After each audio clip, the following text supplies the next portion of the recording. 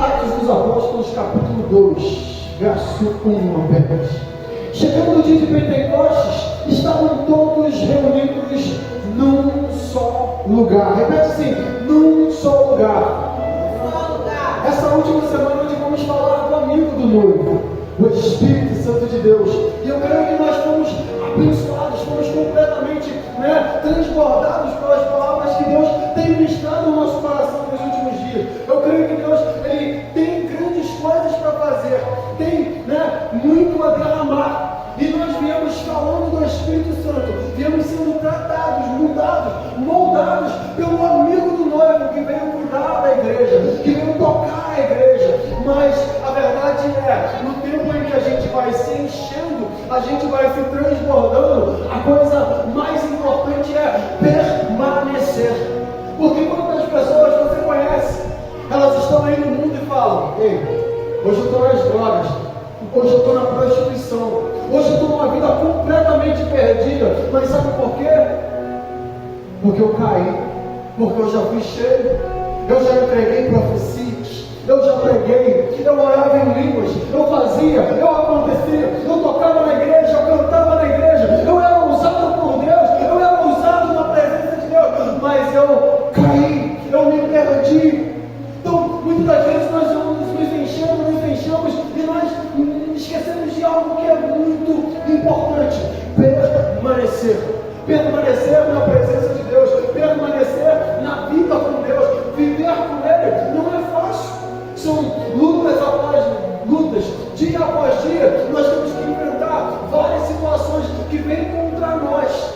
Mas a verdade é, o verdadeiro avivamento, ele tem que surgir dentro de nós e nos fazer permanecer. A verdade é que para vivermos avivados e para vivermos o famoso Pentecostes, nós precisamos permanecer. E quando eu leio Atos, chegado o dia de Pentecostes, estavam todos reunidos num só lugar.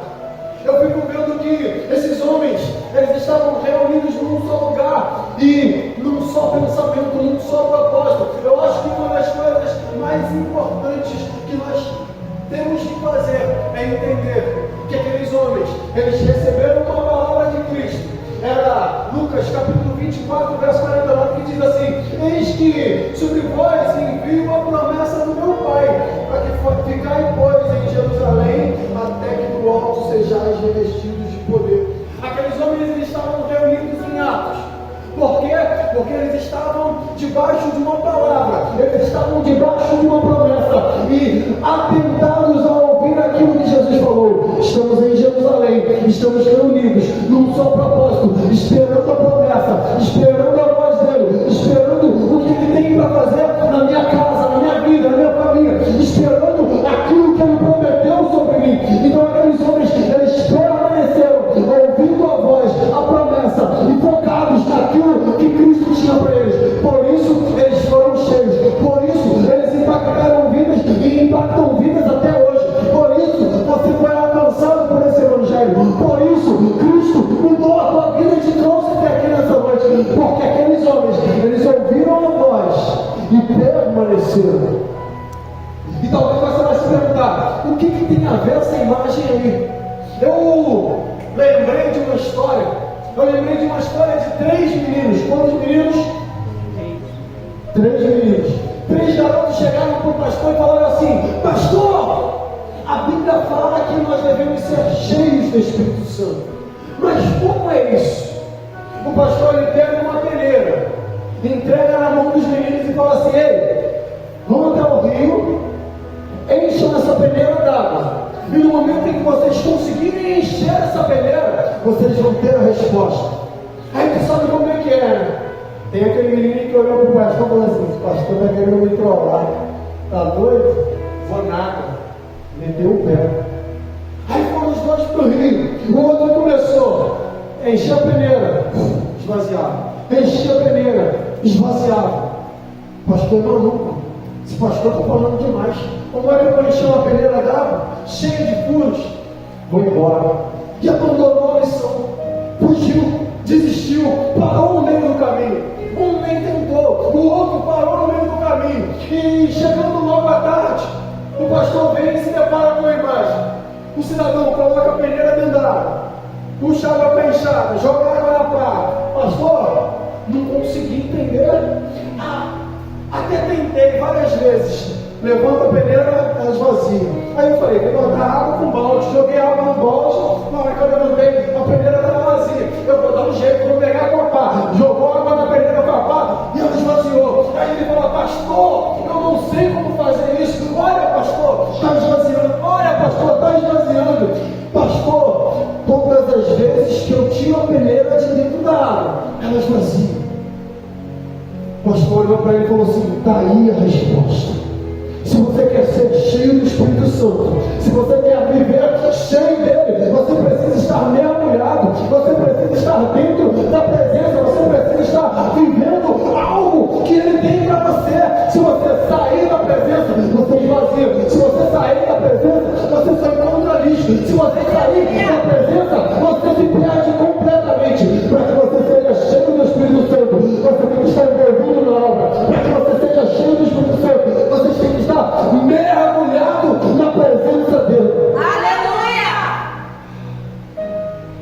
Mergulhados na presença dele. Mergulhados nele. Ezequiel, capítulo 47, nós vemos que Ezequiel teve a visão de um rio. E aonde um homem chega para ele com um cordão de medir e fala assim, Ezequiel, eu tenho aqui um cordão de medir. E eu vou medir 1000 metros. E você anda. Ezequiel ele começa a andar naquele rio. E você conhece bem essa história. Ele anda 1000 metros, água nos pés, e mais 1000 metros, água no joelho. E vai andando água nos lombos. E a água vai subindo aos poucos. A verdade é, este rio, ele representa o Espírito de Deus. Esse rio, ele representa a chamada do Deus Todo-Poderoso para a minha e para a sua vida. E ninguém é obrigado a entrar. Ninguém é obrigado a entrar. Você é convidado a entrar.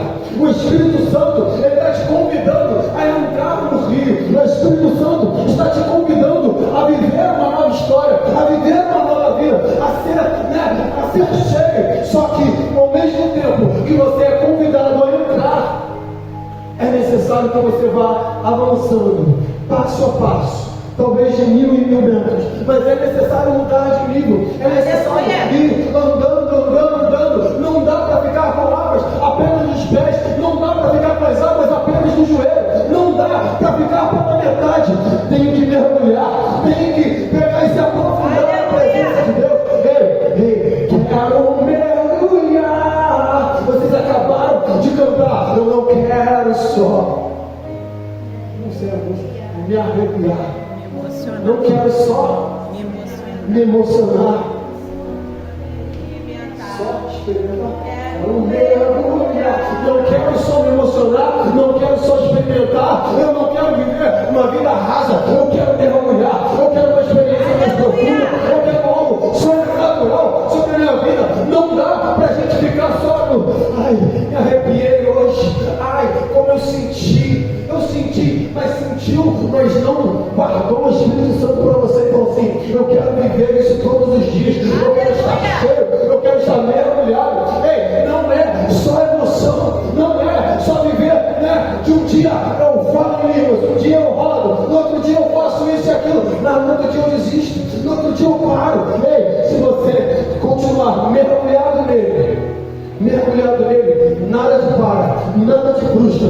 Ei, as pessoas se levantam, o diabo se levanta, o inimigo se levanta, as guerras, as batalhas, as tempestades, elas se levantam, mas você continua focado a experimentar, a viver a glória do Deus Todo-Poderoso, porque você está mergulhado naquele rio, você está mergulhado na presença dele, de corpo inteiro. Glória a Deus. É necessário a gente ouvir o que esse homem ouviu. Opa, 1000 metros. Porque o homem ele falava para ele, falou assim, se não vai nadar, se não sabe nadar, volta. Está entendendo? O convite é para entrar e mergulhar por completo. Entrar por completo. Se entrega. Muitas das vezes nós olhamos para os bancos vazios, nós olhamos para as situações que acontecem, que aconteceram, ou que parecem que vão acontecer. Nós precisamos estar focados na mesma promessa, focados na mesma visão, focados naquilo que Cristo falou, porque se olharmos para os homens, se olharmos para as situações, se olharmos para as situações adversas, nós desistimos. Nós precisamos olhar, opa, a água está só aqui, então eu quero andar mais, porque eu quero a água subindo, até o ponto que eu possa mergulhar nele e viver aquilo que Deus tem para mim. Aleluia. O que nós precisamos fazer então para viver este avivamento? Joel capítulo 2, verso 16 diz assim: é preciso viver em unidade. Congregai-vos, ou reúnam-se. Reúnam o povo, santificai a congregação, ajuntai os anciãos, congregai as crianças e até os que mandam, saiam os recém-casados dos seus aposentos. Joel estava vivendo em tempos maus. Existia uma profecia de destruição, existia uma profecia de que tudo iria ser completamente destruído, mas tinha uma palavra sobre a vida dele. Deus, sendo misericordioso, falei: reúna o povo, que esse povo ele possa se consagrar, se separar, que esse povo possa abandonar os seus deuses, que esse povo ele possa largar tudo e vir congregar e voltar o seu coração para mim. Existe talvez uma luta que você esteja enfrentando, talvez você olhe e fale assim: as dificuldades vêm crescendo, as situações vêm aumentando contra mim, mas aqui o início de uma grande tempestade também tinha uma promessa sobre um grande avivamento.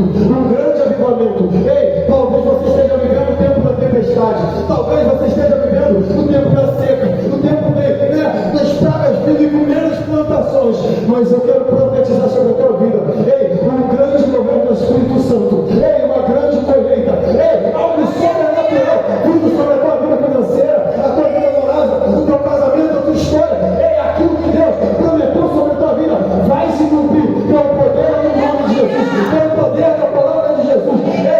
Existe um propósito de Deus sobre a tua vida. Você não está à toa, você não está aqui à toa. Glória a Deus. Só que Joel entendeu pela palavra do Senhor sobre a vida dele que aquele povo precisava se congregar, aquele povo precisava juntar, aquele povo precisava ouvir o que Deus estava falando e é hora de separar, é hora de santificar, é hora de jejuar, mas era necessário que se ajuntem os anciãos, que se ajuntem as crianças e até mesmo os que mandam, aqueles que acabaram de casar. Estou na lua de mel, pastor.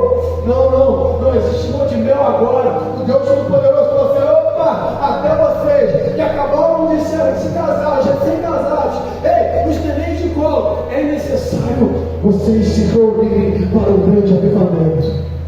Aí eu olhei, veio aqui a Cecília, né?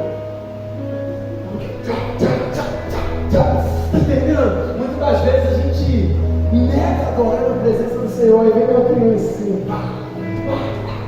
começa a cantar, adorar, gritar glória a Deus, aleluia. Sabe o que acontece?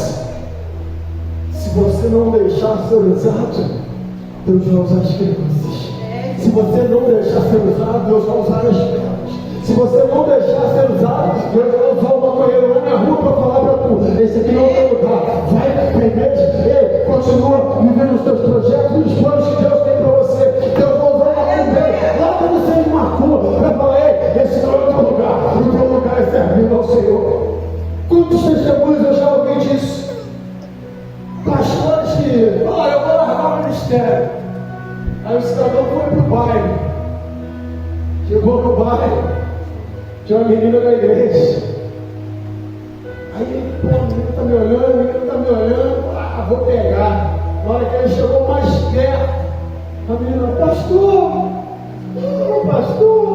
o senhor veio me buscar aqui, pastor, me perdoa.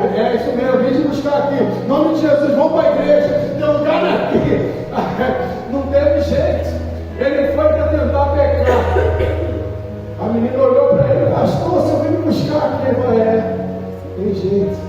Aí ele falou: nunca mais, não dá para desviar da presença. Eu vi homens homens de Deus que falaram: ei, eu entrei no centro de uma curva. E dificuldade, meu público, ele bate tambor, e faz, e não acontece nada. Até que o cidadão falou assim: ó, sai daqui. Esse aqui não é o teu lugar. E enquanto você estiver aqui, o santo não desce.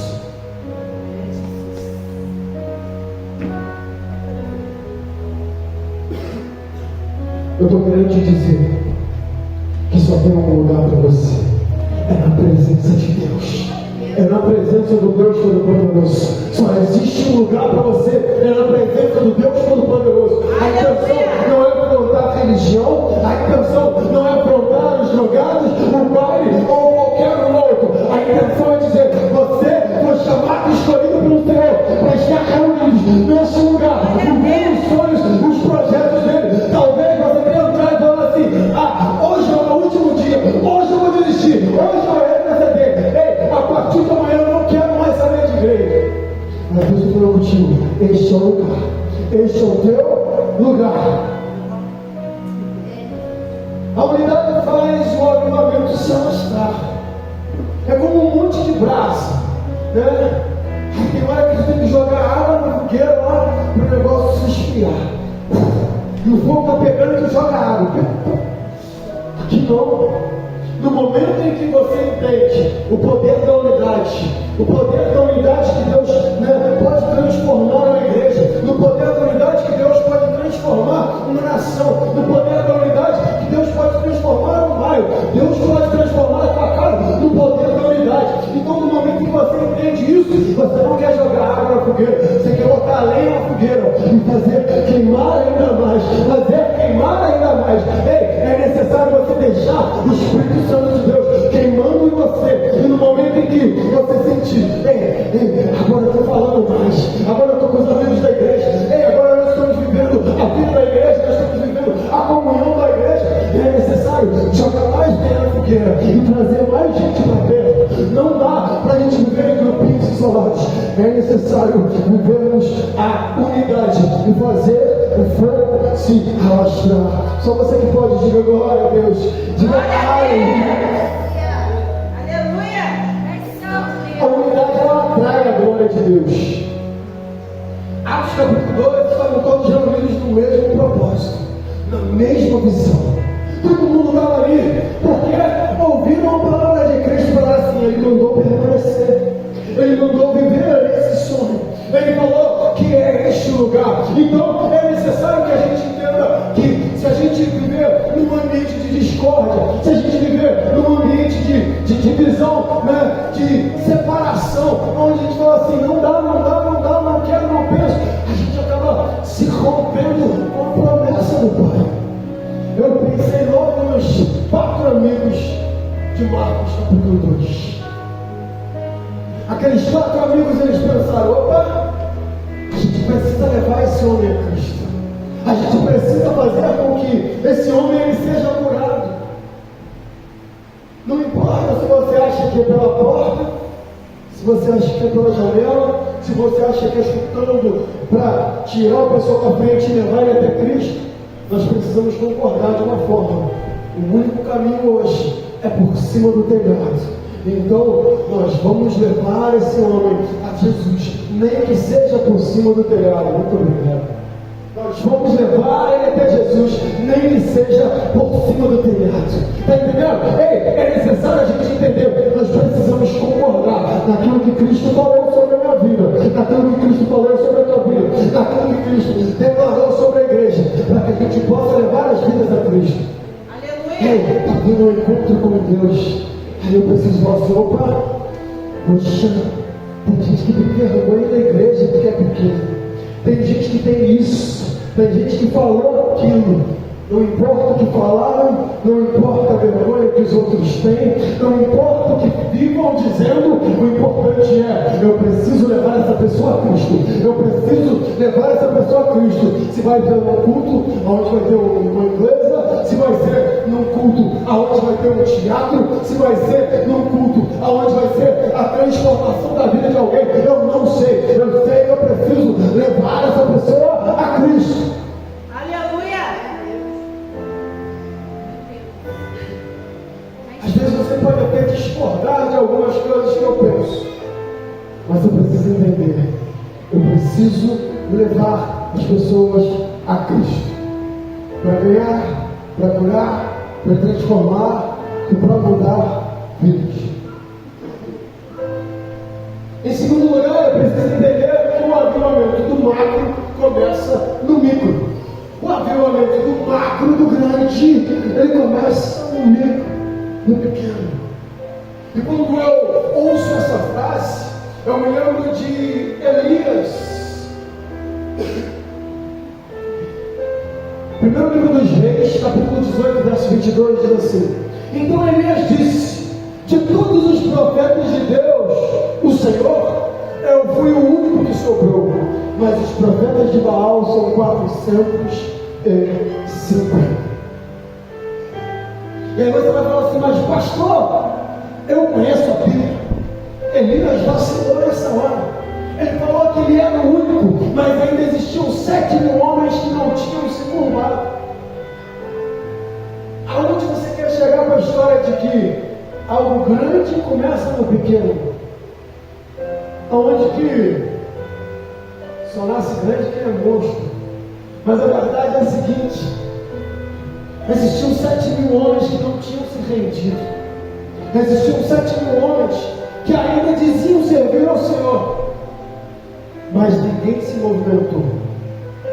Foi Elias contra 450 soldados de Baal, mais 400 de Azera. Foi Elias contra 850 homens, sozinho, no meio de uma batalha, no meio de uma guerra, onde aquele homem, ele desafia todos aqueles homens, sabendo que poderia morrer, sabendo que ele estava dando uma palavra dura para morrer. Mas ele estava debaixo da unção de Deus, ele estava debaixo da palavra que Deus deu para ele. Sabe o que eu entendo com isso? Muitas das vezes nós temos algo para fazer, mas aí a gente fala assim: pastor, faz. E deixa para o Rian que ele resolve. Muitas das vezes Deus está falando: é você que tem que fazer, mas aí você quer deixar para o irmão do lado, aí você quer deixar para o outro, aí você fala: eu não faço porque o irmão não veio no culto, eu não faço porque o outro que adorava do meu lado não está adorando mais, eu não faço por causa que a pessoa foi embora, eu não faço porque a pessoa está indo para as drogas. Ei, é você que Deus quer usar. Elias estava lá, tinha um monte de crente escondido, mas ele falou: ei, sou eu que vou fazer o avivamento dessa nação. Sou eu o escolhido do Senhor para profetizar a seca e para profetizar a chuva. Então deixa Deus te usar, deixa Deus falar com você através de você, deixa Deus fazer algo sobrenatural através da tua vida. Glória a Deus.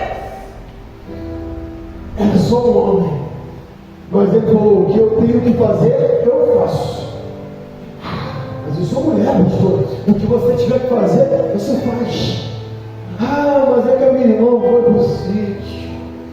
Minha irmã foi passear e eu fiquei em casa. Foi em casa não, eu vou para a igreja adorar, eu vou estar lá para servir o Senhor. Tá entendendo? Então, a verdade é, a gente escolhe o que vai fazer. A gente escolhe se a gente vai retroceder ou se a gente vai avançar por causa de A ou B. A gente escolhe se a gente vai seguir aquilo que Deus falou sobre a nossa vida ou se a gente vai seguir o que os homens têm para nós.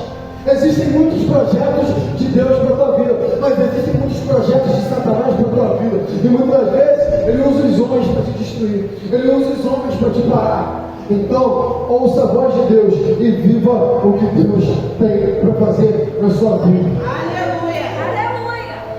Para eu viver o crescimento da minha igreja, da minha célula, o crescimento deve começar comigo. Comigo. Né? Chamar as pessoas toda semana para o crescimento, para o avanço. Ela começa em você. Mas a minha célula não tem ninguém indo. Mas lá na igreja não tem ninguém indo. Mas quantas pessoas você chamou para o culto? Quantas pessoas você chamou para a célula? Ei, como é que você está se movimentando para fazer um avivamento dentro da tua casa? Como é que você está se movimentando para salvar o teu irmão, para salvar os teus pais, para salvar alguém ao teu redor? A gente coloca a responsabilidade no evangelista. Não, porque tem que ter um evangelista nessa rua. Tinha que ter um crente que viesse aqui pregar para essa gente. Tu é o crente que vai pregar para aquela gente. É tu o evangelista que Deus quer levantar. É você o líder que Deus quer levantar para essa célula. Aleluia. É você. Vamos fazer um propósito. Ei, nessa semana eu vou levar tantas pessoas da minha célula. Ei, nessa semana eu vou levar tantas pessoas para o culto. Ei, nessa semana eu vou me empenhar. Eu vou convidar 50, mas que pelo menos um vá. Ei, em nome de Jesus, se você quer viver o crescimento, você precisa começar com você. Comece em você dizendo: ei, quantas pessoas eu posso chamar? Quantas pessoas eu já chamei? E quantas pessoas eu ainda vou chamar? Para viver um avivamento na minha igreja, na minha célula, o avivamento deve começar comigo. O avivamento deve começar comigo. É verdade. Aí o que eu faço? O irmão não ora. A igreja não dá glória a Deus. E isso e aquilo. Mas e eu? Eu oro. Eu dou glória a Deus. Eu estou movimentando algo. O que eu estou fazendo para que esse avivamento aconteça? Ei, eu tenho que ser o primeiro a glorificar. Eu tenho que ser o primeiro a abraçar. Eu tenho que ser o primeiro a cumprimentar a pessoa que está chegando na igreja. Eu preciso ser o primeiro que vai começar a trazer a presença de Deus para esse ambiente. Eu tenho uma notícia para te dar. Nessa paredezinha aqui, meu filho, Deus não habita. Enquanto esse lugar está vazio, Deus não está aqui. Te enganar a vida inteira cantando: quando eu cheguei aqui, o meu Senhor já estava. Quando eu cheguei aqui, se o prédio está vazio, Ele chegou comigo. Não tem jeito. Jesus não estava no ambiente. Era só um ambiente vazio, era só um prédio vazio. Que hoje é uma igreja, amanhã pode ser uma casa, depois pode ser um bar, pode ser o que for. Mas a verdade é, quando você entra, o Deus Todo-Poderoso entra contigo. Quando você pisa no ambiente, quando você traz a glória de Deus, quando você começa a mandar a glória para cima, quando você começa a glorificar o nome dele, a presença dele se manifesta no ambiente, a presença dele desce e faz toda a diferença na igreja, faz toda a diferença na célula, faz toda a diferença na sua vida.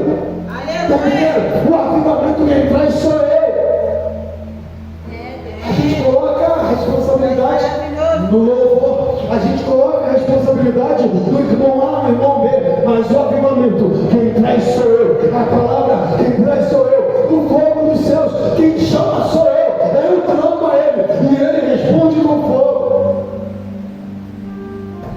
Para eu viver um avivamento na minha célula, na minha igreja, para eu viver um avivamento na minha vida, eu preciso ser o primeiro a me levantar. Aleluia. Para eu viver um avivamento na minha nação, esse avivamento deve começar comigo. Ah, mas tem muita corrupção lá. Ah, mas é que estão fazendo isso. Ah, mas é que estão fazendo aquilo. Ah, mas é que o islamismo está crescendo, o catolicismo está crescendo, as igrejas evangélicas todas tortas estão crescendo e está tudo errado. Que esteja tudo errado, mas que você seja aquele que no meio de 7.000 calados, você vai ser a voz que clama no meio do deserto. Você vai ser a voz que fala ao rei, que fala ao pobre, que fala ao rico, que fala ao mendigo, que fala ao trabalhador, à prostituta. Você vai ser a voz que vai pregar as boas novas de Cristo. Você foi chamado, ungido e protegido pelo Senhor para viver esse evangelho, para viver essa vontade. Então é necessário você falar: ei Senhor, eis-me aqui, ei Senhor, eis-me aqui. Eu quero viver os teus sonhos, os teus projetos, eu quero ir além. Aleluia. É necessário você fazer isso. É necessário você viver esse avivamento, você começar a transformação dentro de você. E as pessoas ao seu redor, elas vão sendo impactadas pela tua voz, pelo aquilo que você vai fazer. Daqui a pouco você vai receber testemunhos. Olha rapaz, eu me converti porque eu ouvi a tua voz pregando. Ei, eu me converti porque um dia eu vi o testemunho que você deu. Eu me converti e a minha casa está convertida. Eu me converti e milhares de pessoas estão sendo convertidas. Ei, você vai ouvir testemunhos de pessoas que você nem imagina que se converteram por causa de você. Mas é necessário o avivamento da nação começar por alguém, e que esse alguém seja você, que esse alguém seja eu. Senhor, eis-me aqui, envia-me a mim. Eis-me aqui, envia-me a mim. É o que você tem que falar todos os dias. Senhor, eu quero ser aquele que vai começar o avivamento no meu bairro. Senhor, eu quero ser aquele que vai começar o avivamento na cidade de Petrópolis. Senhor, eu quero expandir o avivamento para o Rio de Janeiro. Eu quero expandir o avivamento para o Brasil. Ei, Senhor, daqui a pouco lá na Inglaterra. Senhor, em outros países. Esse avivamento começa em mim. Duas pessoas creram. Mais alguém para crer? Glória a Deus. Uma pessoa avivada, ela influencia qualquer ambiente. Se a igreja não está avivada, é porque você talvez não esteja avivado. Paz. Eu presto a mensagem na igreja pentecostal, tinha gente rodando, dando cabeçada. Eu tinha que rodar o lenço uns 3 vezes. E aí o que aconteceu? A gente fala assim, mas é que o pastor não é avivado, mas é que a palavra não é avivada. É necessário que você seja cheio da palavra. Eu não estou falando que você tem que rodar para isso. Eu não estou falando que você tem que gritar e falar em línguas para isso. Eu estou falando que muitas das vezes a gente fala, eu não estou vendo o avivamento, mas o avivamento, ele é a transformação que surge de dentro de você e te mantém focado na promessa, que te mantém vivendo os projetos e os sonhos de Deus, sem depender do que os outros falam, sem depender do que os teus olhos veem, mas somente o que a tua visão vê, somente a promessa que Deus fez sobre a tua vida está diante de você, e você seguindo ela. Você que pode diga glória a Deus, diga aleluia. Para viver um avivamento pessoal, eu preciso ter arrependimento verdadeiro. Segundo Crônicas, capítulo 7, verso 14. E se o meu povo, que se chama pelo meu nome, se humilhar, orar e buscar a minha face, e se converter em seus maus caminhos, então eu ouvirei dos céus e perdoarei os seus pecados. Obrigado. Sararei a sua terra. Agora estarão abertos os meus olhos, atentos os meus ouvidos à oração feita neste lugar. O arrependimento verdadeiro, ele fala de se humilhar, né? O arrependimento verdadeiro me faz sentir dor pelas coisas erradas e me humilhar ante a Deus, diante de Deus. Muito obrigado. Dos nossos pecados é melhor nós nos humilharmos diante de Deus do que sermos humilhados pelo diabo. Tantas pessoas ficaram assim. A pessoa estava tendo um caso todo errado, e aí ficava com vergonha. Era melhor falar com o pastor e largar. Era melhor abandonar o pecado, pedir ajuda e largar. Mas não. A pessoa preferiu continuar no erro. A pessoa preferiu continuar no caso. Aí o que acontece? Quando nós nos arrependemos, nos humilhamos diante de Deus e mudamos o caminho, Deus, ele muda a tua vida. Deus, ele muda a tua rota. Deus, ele perdoa o teu pecado. Mas aí a gente quer esconder as coisas dos homens, e o diabo está ali te olhando, doido para destruir, doido para fazer que você tenha uma doença, doido para fazer que você seja exposto, doido para fazer com que o teu pecado seja exposto. Aí o que acontece? O diabo vem te acusar. Então é melhor você se humilhar diante de Deus, abandonar o pecado e seguir o teu rumo, do que deixar deixar o diabo te expor. Tu quer deixar Satanás destruir o teu chamado, a tua vida. Então, se o meu povo, que se chama pelo seu nome, pelo meu nome, se humilhar, e orar, e buscar a minha face. O arrependimento verdadeiro faz eu orar e me converter dos meus maus caminhos. Ser cristão é se converter, é mudar a direção. Significa que estamos indo para a esquerda, mas Deus falou, opa, é a direita. E a gente muda o caminho. Ser cristão é mudar o rumo da sua vida. Talvez você estava indo para lá, e Deus falou, o caminho é esse, e você está mudando o rumo. Não adianta a gente dizer que é um cristão meia boca.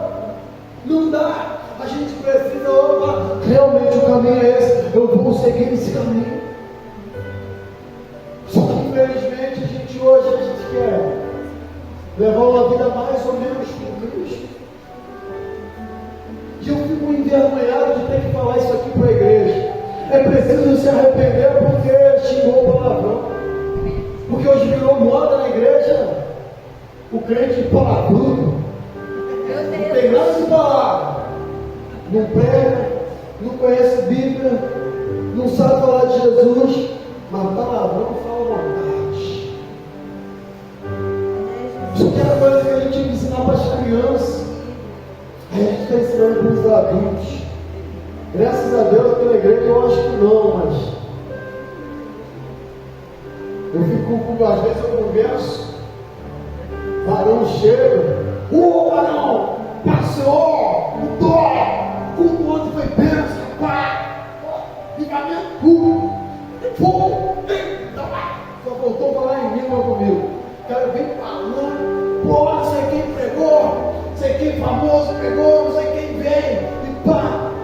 Aí tu fala, rapaz, o cara virou crente. 5 minutos depois, rapaz, eu estava falando com o outro, eu quero pregar, não sei o que, o cara era famoso, levou a palavra, explodiu tudo. Era umas 15 palavras, 2 minutos. Rapaz. Aí tu fala, meu Deus. Aí tu fala, peraí, então a gente precisa ensinar para as crianças. A gente tem que chegar para o crente adulto e falar assim, rapaz, tu se converteu. Converte a tua boca agora. Aí tu vê o cara crente, daqui a pouco 5 minutos depois ele está olhando para a mulher do outro, falando da mulher do outro, não sei mais o que. Aí tu fala assim, rapaz, tu não era casado? Aí tu fala, pô, é crente. Mas aí, o mesmo escarnecedor que está contigo lá, olhando para a mulher, falando da mulher, depois chega para mim, fala assim, aí, viu? A tua igreja lá, safado. Tá vendo a mulher do cara lá falando não sei o que, da tua igreja? Tá vendo? E às vezes nem é na minha igreja, mas eles falam que é na minha igreja. Eles não falam assim, é crente. Então é necessário a gente se arrepender, muitas vezes, das coisas mínimas, e mudar o caminho, e mudar o nosso palavreado, e mudar a nossa boca. Não dá, não dá. É preciso se arrepender porque falou algo que não era para falar. Aí a gente fala da vida dos outros, fala da vida dos outros, fala da vida dos outros. Gente, vou te contar um segredo. Quem vem para você falando mal de todo mundo o tempo todo, também fala mal de você para o outro. Está entendendo? Então muitas vezes você está aquela pessoa que está falando mal, falando mal, falando mal, falando mal. Cara, uma pessoa tóxica. Uma pessoa, né, que ela fala dos outros, daqui a pouco vai ver ela cair no mesmo erro. Ah, mas é que aquilo lá está no adultério. Vai ver ela cair daqui a pouco, cair no adultério. Ah, mas aquele lá está desviado, aquele não presta, aquele está dentro de casa, aquele não está dentro do outro. Daqui a pouco vai ver dentro de casa. Está entendendo? Então, tome cuidado, porque fala muito mal dos outros. Nós somos cristãos, nós precisamos mudar o caminho, nós precisamos inverter a nossa vida. Opa! Peraí, não dá mais. Não é alguém que eu quero viver, é uma pessoa tóxica. É preciso se arrepender porque tratou alguém mal. Às vezes a gente trata as pessoas mal. Eu aprendi uma coisa. Você não está sentado do seu lado. Você não faz ideia de quem é a pessoa que sentou do seu lado no ônibus. Você não faz ideia de quem é a pessoa que você às vezes esbarrou na rua. Tu toma cuidado com como você trata as pessoas. Existem sempre aquelas ilustrações. O cara vai lá, estava atrasado para a entrevista de emprego. Aí ele vê a mulher lá com o carro, o pneu furado. Aí ele, pô, estou atrasado, ajuda. Ele vai lá, para, ajuda a mulher, troca o pneu, e vai embora. Depois chega na entrevista de emprego, a gravata está torta, camisa está suja, ele todo sem graça. Na hora que ele entra na sala, a entrevistadora era exatamente a mulher que ele ajudou. Está entendendo? Então, muitas das vezes a gente fala assim: eu ajudei uma pessoa aqui, lá na frente, aquilo que eu plantei eu vou colher. Aleluia. Existe a história do médico, lembra? Eu sei que vocês devem conhecer. Um médico, na verdade, um jovem estudante. Ele estava vendendo biscoitos para poder pagar a faculdade. Estão batendo de porta em porta, vendendo coisas para pagar a faculdade. Num determinado momento, num determinado dia, ele bateu numa porta e uma jovem linda atendeu a porta. E ela olhou para ele e falou assim: pai, não vendeu umas coisas para pagar minha faculdade, não sei o quê. Você quer comprar? Ela comprou algumas coisas dele e falou assim, na verdade ela falou: eu não tenho dinheiro, mas poxa, eu estou vendo que você está cansado. Eu posso te dar um copo d'água? Eu posso te dar um prato de comida? E ela foi, deu um copo d'água para ele, ele aceitou só um copo d'água e foi embora. Tempos depois, aquela jovem, ela sofre de uma doença muito rara, acontece não sei o que, já passou o tempo, e ela precisa ser internada. É internada as peças, os pais não faziam ideia de como pagar pelo tratamento dela. E na hora de receber a conta, estava escrito: pago com um copo d'água. Aquele médico que era apenas um vendedor, ele se formou e anos depois ele reconhece aquela jovem que deu água para ele. Aí na hora de cobrar o tratamento ele diz: pago com um copo d'água. Está entendendo? Por mais que você diga: é só uma história, uma ilustração, eu não consigo não ver milagres em pequenas histórias. Eu olho para algumas histórias e falo assim: rapaz, alguém contou essa ilustração porque alguém viu isso acontecer. Alguém falou disso porque alguém sabe o poder de Deus Todo-Poderoso que muda quadros e muda vida. Alguém falou disso porque sabe o poder de como retratar alguém. Meu Deus. Então, tome cuidado com quem está ao seu lado. Vou contar só mais uma história. O cidadão falou assim: a minha irmã, ela diz para mim todos os dias: se não fosse eu, você tinha morrido. Eu me lembro quantas vezes eu, no meio da madrugada, ficava animando você e desengasgando você todas as noites, que você dormia e engasgava. E você engasgava e quase morria sufocado. Eu ficava te desengasgando a noite toda. Aí ele falou para ela assim: e você não sabia que naquele tempo você estava segurando no seu braço o seu chefe. Ele falou assim: hoje eu sou dono de várias empresas. A minha irmã é diretora de uma das empresas, o marido dela é diretor de outra empresa, os filhos dela trabalham numa empresa e toda a família dela trabalha para mim. Ele falou assim: muitas das vezes você tem nos seus braços o seu futuro chefe. Hoje a igreja ela não tem mais valor algum para a sociedade. Todo mundo olha e fala assim: é só uma igreja. Antigamente as pessoas: opa, é igreja, respeita. Opa, é crente. Oi? Você é o pastor. Hoje a sociedade olha e fala assim: só mais uma igreja, é só mais um crente. Antigamente você chegava para comprar e falava assim: não, eu sou da igreja. Não, pode ficar tranquilo, o crédito está aqui, ó, pode comprar, depois você vem e paga. Hoje, sou pastor aí, rapaz, sai fora aqui, ó. Pastor não presta. Você é pastor ou você é Polícia Federal? Polícia Federal, né? A igreja precisa ser em comum. As pessoas precisam saber que tem diferença ali. A verdade é essa. A igreja ela precisa ser em comum. As pessoas precisam saber que nós somos diferentes. Ah, beleza, nós colocamos música para dançar na igreja, nós fazemos a noite do arroxo, nós fazemos o arraiá, nós pintamos a parede de preto, ei, nós pregamos sem gravata, nós entramos na igreja de boné, beleza, mas a nossa vida precisa ser mudada, o nosso caráter precisa ser tocado, transformado. Não dá para ser aquele crente que todo mundo olha e fala assim: esse aí não presta. Todo mundo olha, esse aí não paga. E esse aí está em cima da mulher de todo mundo. Esse aí não é crente. Está entendendo? A igreja precisa ser um destaque no meio da sociedade. As pessoas precisam olhar para você e falar: esse cara, essa mulher é diferente. É necessário isso. E não é porque você é um mitidão. Eu sou crente, sou melhor que todo mundo. Não. Porque você não é melhor que ninguém. Porque muita gente que achou que era melhor que todo mundo caiu. Então, você é aquele que vai trazer a palavra de paz. Você é aquele que vai trazer a palavra de consolo. Você é aquele que vai trazer a palavra de transformação. E você é aquele que vai falar assim: ei, eu também já peguei desse jeito. Eu também já peguei desse jeito.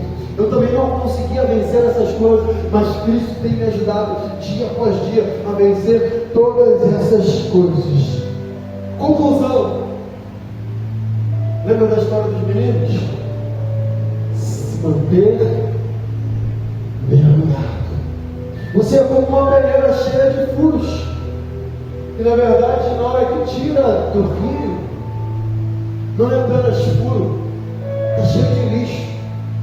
Porque muitas vezes nós estamos cheios de lixo, cheios de podridões, cheios de pecados, cheios de situações que elas vêm dia após dia nos piorando a cada dia mais. Mas Cristo falou assim: é necessário você estar submerso, é necessário você estar mergulhado, é necessário você mergulhar nesse rio, que as águas elas vão te cobrir. O sangue de Cristo, ele vai te cobrir, ele vai cobrir o teu pecado, ele vai cobrir a tua imundícia, ele vai cobrir, né, os teus erros dia após dia, e você vai ser alguém cheio, cheio, cheio, e a cada dia se enchendo mais para que ele possa mudar a tua história. Eu quero pedir para você colocar de pé.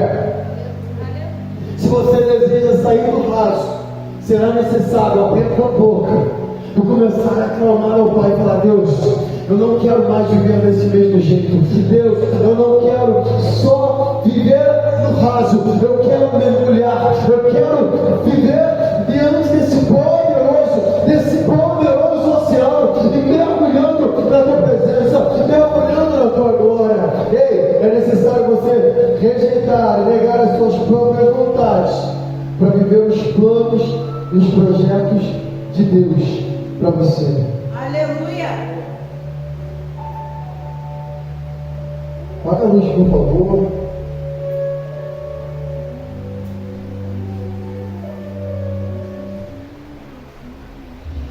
Quero te convidar a adorar nesse momento. Mas eu quero te convidar a adorar de acordo com o que eu acabei de falar. Nós somos totalmente dependentes